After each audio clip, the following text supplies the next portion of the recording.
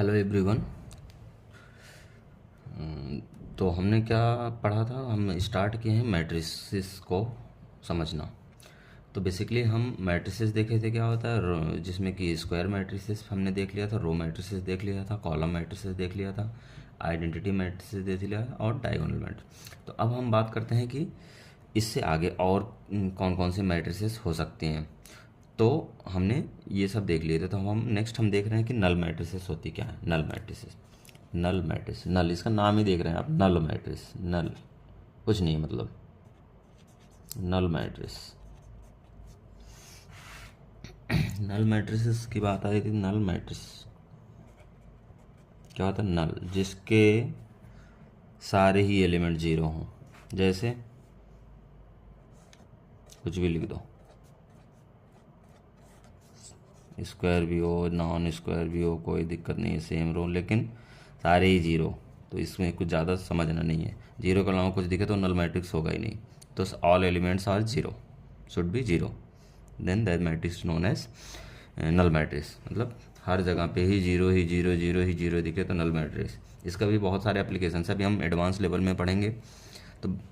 तो हम इसके भी बहुत सारे यूजेस हैं, बट बेसिकली हमें अभी हम इस स्टेज में तो बस हमें इतना आना चाहिए कि नल मैट्रिक्स आखिर होती क्या है, कि मैट्रिक्स जिसके सारे एलिमेंट जीरो हों। दूसरी अगर हम बात करें तो क्या आएगी नल मैट्रिक्स के बाद? अगर अगर आपसे बोला जाए कि भाई और कितनी सारी, हमने तो वो सब देख लिए। तो अब हम देखेंगे कि इसके कैसे इसको समझ लीजिए कि एक प्रकार से कि प्रॉपर्टीज़ ऑफ मैट्रिसेस में आता है, लेकिन उसकी हम बाद में बात करेंगे। अभी हम इसको हम टाइप में ही कंसिडर करना है। जैसे अपर ट्रायंगुलर मैट्रिक्स, जैसे अपर, इसमें बहुत सारे लोग कंफ्यूज हो जाते हैं कि अपर ट्रायंगुलर मैट्रिक्स में कहीं पे जीरो लगा देते हैं, कहीं कुछ कह देते हैं। जैसे अपर ट्रायंगुलर मैट्रिक्स, अगर अपर ट्रायंगुलर मैट्रिक्स की बात है तो अपर ट्रायंगुलर मतलब सिंपल सी बात है, ट्रायंगुलर। तो ये हमेशा जब इसकी भी बात आए तो समझ लो कि ये एक स्क्वायर मैट्रिक्स ही होगा, तभी हम इस चीज़ पे बात कर पाएंगे ना। ये सब मैट्रिक्स हमेशा स्क्वायर ही होंगी, तभी हम इसको हम समझ पाएंगे कि अपर ट्रायंगुलर क्या है। तो अपर ट्रायंगुलर मैट्रिक्स, बस आप बहुत प्रोफेशनल डेफिनेशन है, पहली चीज़ तो समझ में आना चाहिए। ऐसा नहीं कि इस पोजीशन पे जीरो, ऐसे जस्ट आप ये समझो कि कोई एक स्क्वायर मैट्रिक्स, जैसे हम स्क्वायर मैट्रिक्स बात, कोई भी स्क्वायर मैट्रिक्स मान लो हम लिख लेते हैं 3x3 की। तो अपर ट्रायंगुलर जो डायगोनल है ना, मेन डायगोनल पे जो हम लिखेंगे, सपोज करो हमने एक मैट्रिक्स ऐसे लिखा 1 0 3 0 2 1 0 0 -3। बेसिकली अभी हमें पता है तो हमने लिख दिया अपर ट्रायंगुलर मैट्रिक्स। तो आप इसका कैसे आइडेंटिफाई करोगे? आपको कुछ करना ही नहीं है, आपको बस डायगोनल ढूंढना है। डायगोनल मिलेगा ही मिलेगा हमेशा स्क्वायर में। स्क्वायर मैट्रिक्स होगी तो, स्क्वायर नहीं होगी तो हम इसकी बात भी नहीं करेंगे। तो डायगोनल मिलेगा ही मिलेगा। तो डायगोनल के ऊपर, ठीक, और डायगोनल के नीचे देखेंगे तो हम सीधा यहीं आइडेंटिफाई करेंगे कि क्या भाई डायगोनल के नीचे जो लिखा हुआ है कहीं नॉन जीरो तो नहीं है। तो नहीं होगा, सारे जीरो होने चाहिए बस। तो डायगोनल के नीचे सारे एलिमेंट जीरो हैं तो हम उसको बोलेंगे अपर ट्रायंगुलर मैट्रिक्स। कोई भी आप 2x2 की मैट्रिक्स लिखो, बस डायगोनल के नीचे जीरो कर दो। ये डायगोनल है, इसके नीचे जीरो, ऊपर कोई दिक्कत नहीं है, बस जो जितना प्रॉपर्टी है उतना ही होल्ड लो। इधर भी जीरो हो तो कोई दिक्कत नहीं है। अगर ऐसे लिखा जाए 2 0 2 2 0 -3, तो ये डायगोनल है, डायगोनल के नीचे एक एलिमेंट तो जीरो। अगर इसे 4x4 की आपको लिखना पड़ जाए कि भाई एक आप ट्रायंगुलर, जस्ट एग्जांपल कभी कभी क्वेश्चन आ ही जाता है कि राइट है upper triangular matrix of 4x4 order की, यानी 4x4 बोल दिया तो 4 जिसमें रो हो और 4 जिसमें कॉलम हो। तो आपको कुछ करना ही नहीं, बनाना है, आइडेंटिफाई करना तो ईजी है, सिंपल सा। क्या करेंगे? डायगोनल के नीचे चेक करेंगे। अगर डायगोनल के नीचे सारे एलिमेंट जीरो हैं तो हम बोल देंगे कि अपर ट्रायंगुलर मैट्रिक्स है। लेकिन आपको बनाना है तो कुछ नहीं करना है, सीधा रो लिखो, कॉलम लिखो और डायगोनल के नीचे जीरो लिखते चले जाओ। जैसे सीधा अगर हम एक नंबर पकड़े 1 2 3 4, 4 लिखें, क्योंकि 4 4 रो और कॉलम तो लिखनी है। तो सेकंड में क्या हो जाएगा, इसके नीचे ये डायगोनल हमारी बनेगी तो इसके नीचे जीरो आ जाना चाहिए। जीरो कुछ भी लिख देंगे अब यहाँ पे -3 0 2 0 0 3 0 0 0 0 2। तो first row, second row, third row, fourth row, first column, second column, third column, fourth column, तो सब बराबर है, स्क्वायर है, 4x4 की मैट्रिक्स लिख दिया। तो हमने देखा कि डायगोनल ये हमारा है, बस इसके नीचे ये सारे जो एलिमेंट हैं ये सारे जीरो होने चाहिए, तो हम उसको बोलेंगे कि अपर ट्रायंगुलर। ठीक, अपर ट्रायंगुलर। तो अब हम बात करेंगे कि लोअर ट्रायंगुलर। सेम वही नाम पलट गया है। अगर हम लोअर ट्रायंगुलर मैट्रिक्स की बात करेंगे तो क्या हो जाएगा फिर, लोअर ट्रायंगुलर मैट्रिक्स, लोअर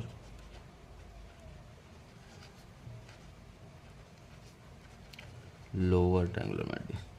भाई लोअर पे जीरो, अपर पे अब जीरो हो जाए, इसी को उलट दो, बस ऐसे समझ लो, जहाँ यहाँ जीरो होना था अब डायगोनल के ऊपर सारे जीरो हो जाए। जैसे एक ही हम एग्जांपल देख रहे हैं, तो डायगोनल 4x4 का अगर हमें बनाना हो कौन सी मैट्रिक्स, लोअर ट्रायंगुलर मैट्रिक्स, तो हम क्या करेंगे, लोअर ट्रायंगुलर मतलब डायगोनल के ऊपर सारे एलिमेंट जीरो। तो डायगोनल है, मान लो ऐसे आपको कोई, ऐसे हम लिख लेते हैं, डायगोनल हमें बनाना है 4x4 का, तो उसके ऊपर सारे जीरो करना है। अब ऊपर जैसे मान लो यहाँ 1, तो यहाँ 0 0 0, 4, 4x4 की है तो 4 रो 4 कॉलम ही लिखेंगे बस, तो 4 लिख दिया। इसके नीचे कुछ भी नंबर हो, अल्फ़ा लिख दो, यहाँ लिख दो कुछ -1 लिख दो, लेकिन ये 0 हो जाना चाहिए। ठीक, एक्स कुछ भी हो, इधर कुछ भी लिखा, उससे कोई लेना देना नहीं है, बस रूल जो है वो इसके डायगोनल के ऊपर 0 होना चाहिए बस। तो हमारे डायगोनल कौन सा है, ये, इसके ऊपर सारे ये वाले 0 होने चाहिए। अगर कहीं पे भी नॉन जीरो मिल रहा है, ऐसा देख लिया, मान अभी तो फिलहाल ये लोअर ट्रायंगुलर मैट्रिक्स है। अगर कहीं ऐसे लिखा मिल गया कि गलती से भी कहीं एक लिख दिया है ऐसे 1, तो ये क्या हो जाएगा, this is not a lower triangular, तब ये लोअर ट्रायंगुलर मैट्रिक्स नहीं रह जाएगा। तो दो चीज़ें हैं इस अपर और लोअर में। अपर ट्रायंगुलर मैट्रिक्स में डायगोनल के नीचे के सारे एलिमेंट्स जीरो होने चाहिए, लोअर ट्रायंगुलर मैट्रिक्स में डायगोनल के ऊपर के सारे एलिमेंट्स जीरो होने चाहिए, तो हम उसको बोलेंगे कि लोअर ट्रायंगुलर मैट्रिक्स। तो इतना हमने देखा। फिर अब हम आएंगे, समझ लो वो भी प्रॉपर्टी में ही आएगा। अगर आपसे पूछ ले कोई भाई, तो इससे थोड़ा हटके वो प्रॉपर्टी है, समझ लो मैट्रिक्स की क्वालिटी नहीं है, बस वो प्रॉपर्टीज़ में कभी कभी आ जाता है। जैसे मान लो आपसे पूछा गया सिमेट्रिक मैट्रिक्स, सिमेट्रिक मैट्रिक्स, तो सिमेट्रिक का मतलब कहीं पे भी सिमेट्रिक का बात आए तो जैसे इधर सेम, उसको उलटने पुलटने पे सेम दिखे, उसी को बोलते हैं सिमेट्री। या फिर उसका इतना ही इमेज ऐसे इधर हो, तो उसी को बोलते हैं सिमेट्री। आप लोगों ने जनरल ऐसे सुना होगा सिमेट्री क्या होती है, तो वही चीज़ यहाँ पे है। सिमेट्रिक मैट्रिक्स क्या हो जाएगा सॉरी, सिमेट्रिक मैट्रिक्स का मतलब ये होता है कि रो और कॉलम्स को आपस में इंटरचेंज करो तो वही सेम मैट्रिक्स मिले, कोई उसमें एक भी चेंजेस उसमें दिखे ना after interchanging row into columns and columns into row. जैसे पहले नंबर तो उसको क्या बोलेंगे, उसको ट्रांसपोज मैट्रिक्स बोलते हैं। उससे पहले तो हम, इससे पहले सिमेट्री से पहले हम थोड़ा ये देख लेते हैं कि ट्रांसपोज मैट्रिक्स होता क्या है। सिमेट्री से पहले हम थोड़ा ट्रांसपोज मैट्रिक्स देख लेते हैं क्या होता है भाई। ट्रांसपोज मैट्रिक्स क्या हो जाता है, क्योंकि उसकी ज़रूरत पड़ेगी ना, तो इसलिए हम थोड़ा सा पहले ट्रांसपोज ही देख लेते हैं। ट्रांसपोज मैट्रिक्स ये सब बेसिकली ऑपरेशंस में आते हैं, लेकिन हम अभी यहीं पे देख लेते हैं ट्रांसपोज मैट्रिक्स। ट्रांसपोज का मतलब ट्रांसपोर्ट कर दो, रो को कॉलम बना दो, कॉलम को रो बना दो। जस्ट इतना ही आप दिमाग में रखेंगे कि एक कोई मैट्रिक्स दिया है, आपसे पूछ रहा है कि इसका ट्रांसपोज क्या होगा, तो आपको कुछ करना ही नहीं है, सीधा क्या कर देना है, रो को कॉलम बना देना है, कॉलम को रो बना देना है। जैसे सपोज करो कि ए कोई मैट्रिक्स दिया है 2 3 0 1 -1 -2 0 2 -3, ये है कोई 3x3 का। जरूरी नहीं है ट्रांसपोज के लिए, जरूरी नहीं है कोई स्क्वायर मैट्रिक्स होना चाहिए, जस्ट ट्रांसपोज की बात कर रहे हैं। तो बस आपको क्या करना है, रो को कॉलम, कॉलम को रो बना देना है। तो इसको बेसिकली डिनोट करते हैं बार से, ऐसे डैश लगा देते हैं, डैश से। तो अगर ए का ट्रांसपोज निकालना है तो ए डैश उसको डिनोट करते हैं। तो अगर हमें कहा जाए कि ए डैश यानी इसका ट्रांसपोज ऑफ ए, इसको क्या बोलेंगे, ट्रांसपोज ऑफ मैट्रिक्स ए। तो क्या क्या करेंगे इसमें भाई, इसमें रो को कॉलम, कॉलम को रो बना देंगे, यानी ये वाली पहली रो है इसको कॉलम बना देंगे। तो क्या हो जाएगा, 2 3 0 रो में है तो 2 3 0 कॉलम में कर देंगे, 2 3 0 ये पहले कॉलम में हो जाएगा। ये दूसरी रो तो इसको दूसरे कॉलम में कर देंगे, 1 -1 -2। ये वाला तीसरी रो है तो इसको तीसरा कॉलम बना देंगे, तो 0 2 -3 है तो 0 2 -3। तो ये हमारा इसको क्या बोलेंगे कि ट्रांसपोज मैट्रिक्स बनेगी। रो को कॉलम, कॉलम को रो में चेंज कर देना ही ट्रांसपोज मैट्रिक्स कहलाता है। अगर इन केस मान लो सेम नंबर्स आप रो और कॉलम ना होते, तो मान लो कोई मैट्रिक्स है बी आपको दिया हुआ है 1 2 3 0 -1 3। अगर आपसे कहा जाए कि ए ट्रांसपोज बी ट्रांसपोज बताओ, बी ट्रांसपोज कैसे भी लिखते हैं, इसी को डैश से भी डिनोट करते हैं, जैसे ही आपको लगे बस ट्रांसपोज सॉरी। तो क्या करेंगे, रो को कॉलम, कॉलम को रो बना देंगे। कैसे, ये है रो, दिस इज रो, तो इसको हम कॉलम बना देंगे। तो 1 2 3 रो में है तो 1 2 3 कॉलम में कर दो। 0 -1 3 रो में है तो 0 -1 3 कॉलम में कर देंगे। ये 2 क्रॉस 3 मैट्रिक्स था, यानी 2 रो 3 कॉलम थे, यानी 2 रो ना, 1 2 रो, ये वाले हमने बताया कि कॉलम होता है वो 1 2 3 कॉलम। तो ये 2 क्रॉस 3 का। अब ये ट्रांसपोज के बाद इसका ऑर्डर क्या रहेगा, ऑर्डर मतलब how many rows and how many columns को हम लिखते ही और उसका ऑर्डर बोला जाता है। तो अब हम इसको बदल दिए भाई, अब इसमें कितने रो हो गए, 1 रो 2 3 रो, तो 3 क्रॉस कितने कॉलम, 1 कॉलम 2 कॉलम, तो 3 क्रॉस 2 की मैट्रिक्स, यानी 2 क्रॉस 3 से चेंज हो गया कितना, 3 क्रॉस 2 में। ठीक, ये तो ऑर्डर।